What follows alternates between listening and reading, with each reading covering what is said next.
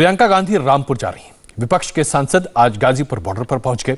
घमासान लगातार जारी है, लेकिन सवाल यह है कि यह डेडलॉक आखिरकार कब तक चलता रहेगा। 71 दिन बीत चुके हैं। किसानों का आंदोलन दिल्ली की सीमा पर आज भी जारी है। इस पूरे मुद्दे पर चर्चा करने के लिए हमारे साथ जेडीयू के वरिष्ठ नेता केसी त्यागी जुड़ रहे हैं। त्यागी जी, बहुत स्वागत है इंडिया टीवी पर आपका। त्यागी जी, आपके सामने यह प्रस्ताव रखा गया है धर्मेंद्र मलिक के द्वारा कि आप किसान आंदोलन के बीच में मध्यस्थता करें, सरकार और किसानों के बीच में एक पुल का काम करें और इसके साथ साथ इस पूरे मसले का समाधान निकालने में मदद करें। सबसे पहले ये बताइए इंडिया टीवी के दर्शकों को कि आप क्या इस मध्यस्थता के रोल को स्वीकारते हैं, और अगर स्वीकारते हैं तो इसे आप लेकर कैसे आगे बढ़ेंगे? नहीं, मैं किसान यूनियन का और राकेश टिकैत जी के जो मीडिया सलाहकार हैं धर्मेंद्र मलिक जी का, उनका बहुत बहुत धन्यवाद करना चाहता हूं कि उन्होंने मेरे लिए एक ऐसा प्रस्ताव दिया है जिसको महसूस करके भी मुझको अच्छा लगता है। चौधरी चरण सिंह, चौधरी देवीलाल जी, महेंद्र सिंह टिकैत जी, इन सब के आंदोलन से मैं करीबी से जुड़ा रहा हूं। शायद उसी पृष्ठभूमि को लेकर के उनका सुझाव है।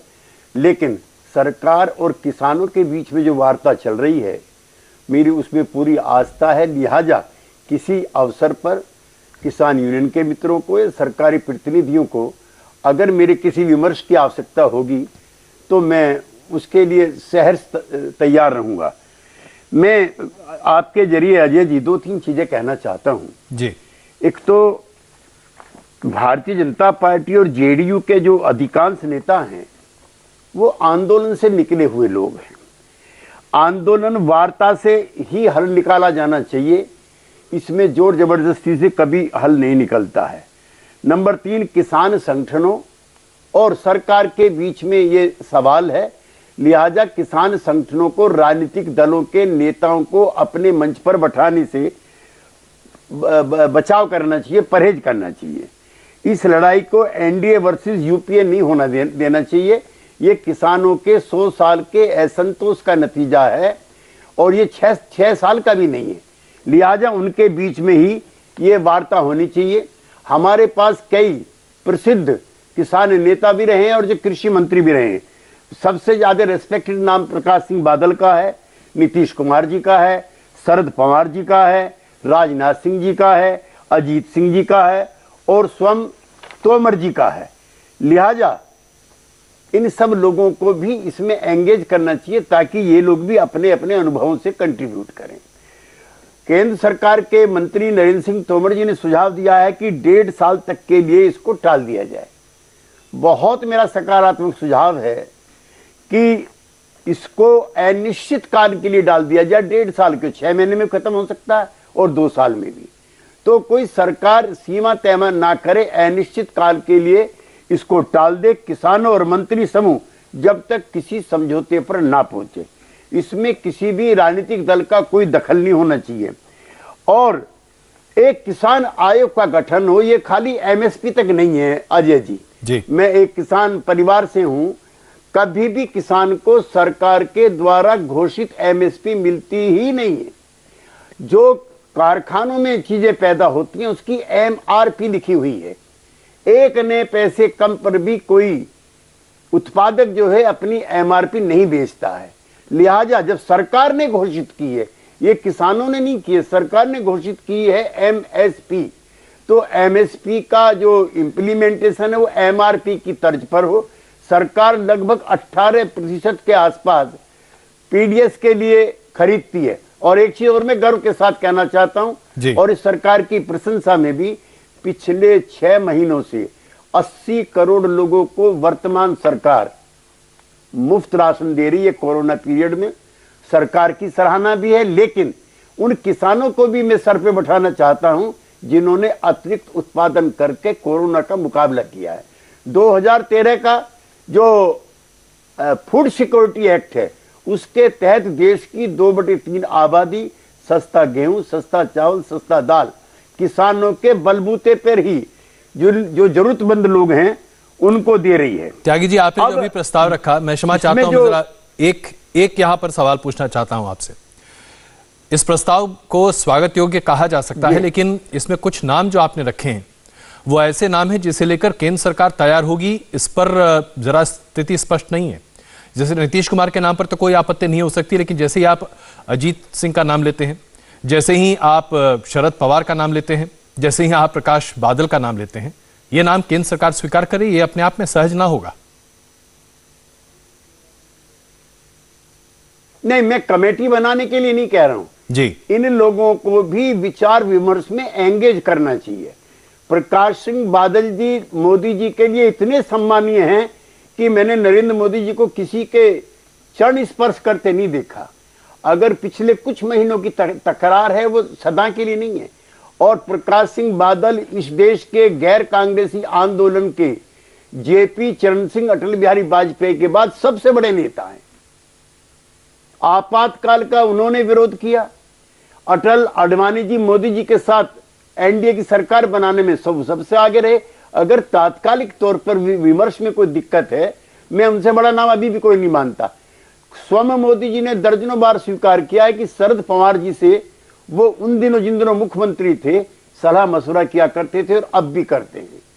नीतीश कुमार जी पिछले 15-20 सालों से लगातार एनडीए के साथ जुड़े रहे। तो 3 नाम ये ऐसे हैं जिनसे सरकार को विमर्श करने में, मैं उनको कमेटी बनाने के लिए नहीं कहता, इनसे विमर्श करना चाहिए, इनसे रास्ता निकलेगा। और अजय जी एक महत्वपूर्ण बात कहकर के मैं अपनी बात को विराम दूंगा। जेपी मूवमेंट में मोदी जी भी रहे हैं, अटल जी आडवाणी जी तो उस तरह से हमारे बीच में सक्रिय नहीं है, हम भी रहे, नीतीश कुमार जी रहे, बादल जी रहे, राजनाथ सिंह जी रहे, नरेंद्र तोमर जी रहे। एक दौर ऐसा था कि चंद्रशेखर जी जेपी और इंदिरा गांधी के बीच में मध्यस्थता करना चाहते थे। उन्होंने मीटिंग भी तय करा दी थी, मीटिंग भी हो गई थी, लेकिन इंदिरा जी के आसपास के कुछ लोगों की अति उत्साहितता के कारण वो उसके कोई नतीजे नहीं निकल पाए और जो फेटफुल चीजें हुई, अनफेटफुल चीजें हुई, वो हमारे आपके सामने। लिहाजा हमारे और जनसंघ के और बीजेपी के नेताओं के पुराने अनुभव भी हैं कि संघर्ष से नहीं, वार्ता से, संवाद से ही रास्ता निकलेगा। और नरेंद्र मोदी जी जो देश के निर्वाचित, मान्यता प्राप्त, लोकप्रिय प्रधानमंत्री हैं, वो एक इशारा करेंगे, सारे किसान संगठन जहां वो कहेंगे वहां जाएंगे। त्यागी जी, अब इसमें एक बड़ा सवाल ये है, मोदी जी ने प्रधानमंत्री के तौर पर ही नहीं बल्कि बीजेपी के वरिष्ठ नेता के तौर पर भी कई बार ये अपील की कि बातचीत कीजिए, और बातचीत करने की पैरोकारी भी की गई। कई दौर की बातचीत हुई, यहां तक कि मोदी ने अभी हाल फिलहाल भी कहा कि भाई सारा ऑफर टेबल पर है, आप आइए और बातचीत कीजिए, हम एक फोन कॉल की दूरी पर हैं। लेकिन किसान संगठन इस जिद पर अड़े हैं कि जब तक कानून वापस नहीं लिया जाएगा तब तक बातचीत का कोई मतलब नहीं है। तो यानी कि एक तरफ एक पक्ष है जो बातचीत के लिए तैयार है, दूसरा पक्ष है जो बिना बातचीत के पहले कानून वापस करवाना चाहता है, फिर बातचीत की बात कर रहा है। इसमें तो मेल कैसे होगा? अजय जी, नरेंद्र तोमर जी के नेतृत्व वाला जो मंत्री समूह है वो 1.5 साल टालने के लिए तैयार हो गया है। तो ये तो किसानों की जिद का नतीजा नहीं है, तो बातचीत का नतीजा है। मेरा मानना है कि 1.5 साल के बजाय इसको अनिश्चित काल के लिए टालने का प्रस्ताव अगर हो जाता है और किसान संगठन और सरकार वार्ता के दौरान जब तक किसी नतीजे पे नहीं पहुंच जाते हैं, अनिश्चित काल उस पीरियड को हम मानते हैं, उसके लिए कोई समय की सीमा नहीं है। मेरा मानना है कि किसान संगठनों के बड़े हिस्से इस प्रस्ताव को स्वीकार कर सकते हैं। और मैं पुनः दोहराना चाहता हूं, प्रकाश सिंह बादल जी, शरद पवार जी और नीतीश कुमार जी, 3 ये ऐसे सम्मानित किसान नेता भी रहे हैं और कृषि मंत्री भी रहे हैं, इनसे भी परामर्श करके रास्ता निकालने में आसानी होगी। अब एक और महत्वपूर्ण सवाल ये उठता है, जरा आप देखिए 71 दिनों से किसान प्रदर्शन कर रहे हैं और उसके बाद हमने 26 तारीख का जो तांडव हुआ वो भी देखा, जिसमें किसान समूह का एक बड़ा गुट सक्रिय तौर पर शामिल था। उनके खिलाफ मामले भी दर्ज किए गए हैं और उन मामलों से लड़ने के लिए पंजाब की सरकार वकील की एक पूरी फौज तैयार कर रही है। और अगर आज प्रियंका गांधी जी की बात की जाए तो वो उस मृत किसान के परिवार से मिलने जा रही हैं जिसकी जान गई थी 26 तारीख को, लेकिन पुलिस वालों के जो घायल लोग हैं उनसे कोई मिलने नहीं जा रहा। ये जो दोहरा मापदंड है, इसको लेकर आप क्या कहेंगे? पहला एक सवाल, और इसी के साथ जुड़ा दूसरा सवाल, वो तमाम लोग जिन्होंने 71 दिनों तक असुविधाएं झेली हैं दिल्ली की, उनके लिए क्या होगा?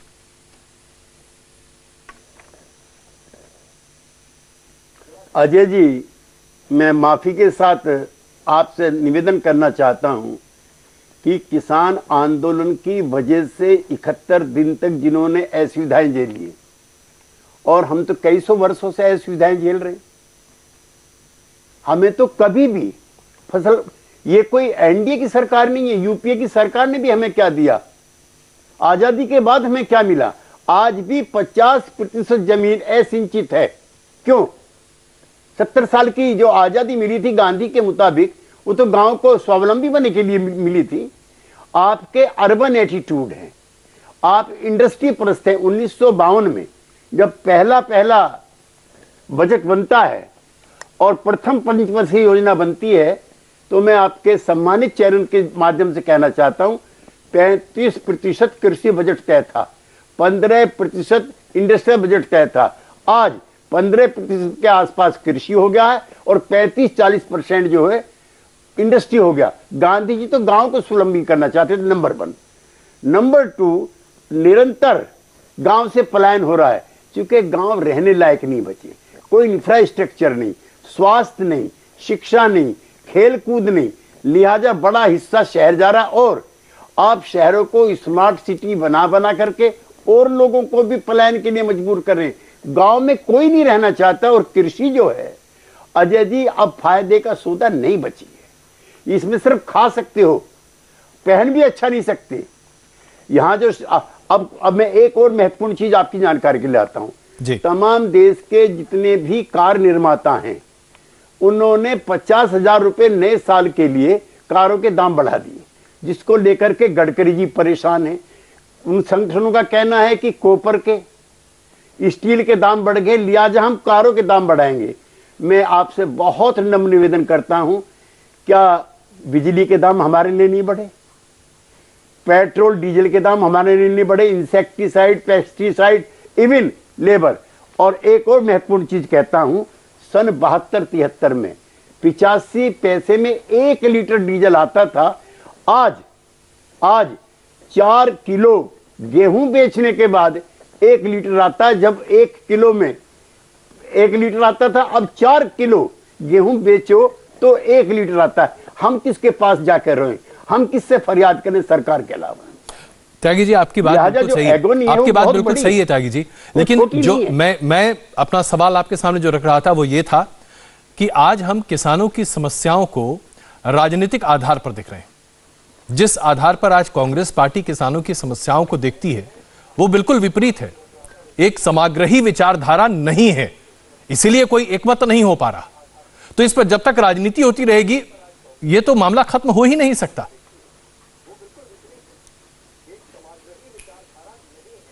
अजय जी, अगर ये एनडीए वर्सेस यूपीए है तो मैं एनडीए के साथ हूं, और अगर किसानों की समस्याएं को लेकर के सवाल किए जाते हैं तो मैं किसानों के साथ हूं। और जो किसान संगठन इसमें काम कर रहे हैं उनके लिए मेरा सैल्यूट है। लेकिन जो वोटों के सौदागर आ रहे हैं उनका कोई किसान संगठन भी नहीं है, उन्होंने कोई मेमोरेंडम भी नहीं दिया है, उन कभी धरना नहीं रखा, जुलूस नहीं, प्रदर्शन नहीं, हड़ताल नहीं।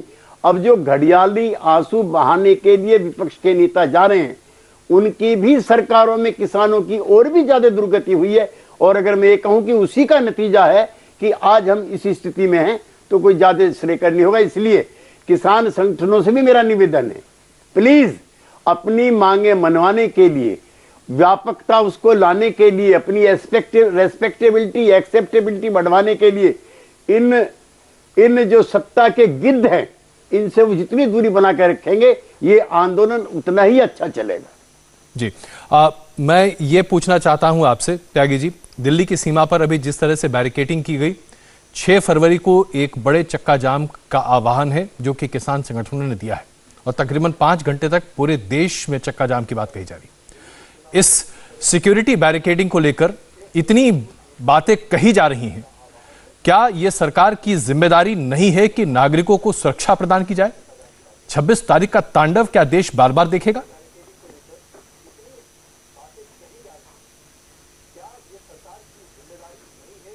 देखिए, जब हम विपक्ष में थे अजय जी, अटल जी के, चरण सिंह जी के, जेपी के नेतृत्व में हम भी बंद करते थे। और मेरे एक नेता थे जॉर्ज फर्नांडीज, उन्होंने इंदिरा जी की सरकार का तख्ता उलटने के लिए बम का भी इस्तेमाल किया था, यद्यपि मैं उसका समर्थक नहीं हूं। लिहाजा किसानों की भी दिक्कतें एड्रेस की जानी चाहिए और जिन आंदोलन की वजह से जिन लोगों को तकलीफ है उनकी भी की जानी चाहिए। अभी प्राथमिकता की बात है, मेरी प्राथमिकता यह है कि किसानों के ग्रीवेंसेस एड्रेस हो। कुछ लोगों की यह हो सकती है कि किसानों के आंदोलन से जिनको तकलीफ हो पहले उनकी जो प्रॉब्लम्स है वो सोल्व की जानी तो प्राथमिकताओं का है। और एक अजय जी, एक और अच्छा सुझाव मैं देना चाहता हूं। आपके 28 आयोग बने हुए हैं जी, पिछड़ा वर्ग आयोग, अल्पसंख्यक आयोग, सफाई कर्मचारी आयोग, वेतन वृद्धि आयोग। अब समय आ गया है कि, और मोदी जी से हम आशा करते हैं कि अब समय आ गया है एक किसान आयोग का भी गठन होना चाहिए। बहुत ही महत्वपूर्ण सुझाव है त्यागी जी। बस एक छोटा सा जवाब चाहिए इस सवाल का। अंतर्राष्ट्रीय स्तर पर कुछ एक लोग अब सक्रिय हो गए हैं भारत के अंदरूनी मामलों पर अपनी टीका टिप्पणी करने में, और किसान आंदोलन उसका जरिया बन रहा है। क्या हमें इस मुद्दे को अंतर्राष्ट्रीय स्तर पर इस तरह से भुनाने का मौका देना चाहिए?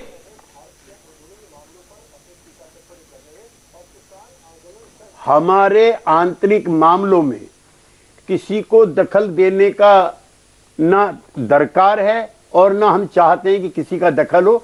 हमें सरकारी तंत्र पर पूरा विश्वास है, ये हमारी चुनी हुई सरकार है। बस थोड़ी तत्परता की अपेक्षा हम और करते हैं, और ये हमारे आंतरिक मामले, हम लड़ेंगे भी, हम इन्हीं को वोट भी देंगे, हम फिर इन्हें जिताएंगे, लेकिन ये मसले हम बैठ करके यहाँ तय करेंगे। बाहर के जो गिद्ध दृष्टि लगाए हुए हमारे आंतरिक मामलों में दखल देना चाहते हैं, उनका दखल किसी पार्टी को, किसी संगठन को स्वीकार नहीं करना चाहिए। बहुत महत्वपूर्ण बातें आपने यहां पर कही, और हम उम्मीद करते हैं कि जिस मददता की अपील आपके सामने की जा रही है, अगर उसके जरिए समस्या का समाधान हो सकता है तो उससे बेहतर और विकल्प नहीं हो सकता। बहुत धन्यवाद अपनी बातों को सामने रखने के लिए। और त्यागी जी यहाँ अपनी बातों को सामने रख रहे हैं, लेकिन इसमें कोई शक नहीं कि हर कोई उम्मीद यही कर रहा है कि जल्द से जल्द इस समस्या का समाधान हो। हम यहाँ पर एक छोटा सा ब्रेक ले रहे हैं, बन रही हमारे साथ। ब्रेक के बाद भारत को बदनाम करने का प्लान पूरी तरीके से कैसे एक्सपोज हो रहा है वो हम आपको बताएंगे। इंटरनेशनल साजिश का ब्लूप्रिंट पॉइंट टू पॉइंट आपके सामने इस छोटे से ब्रेक के बाद।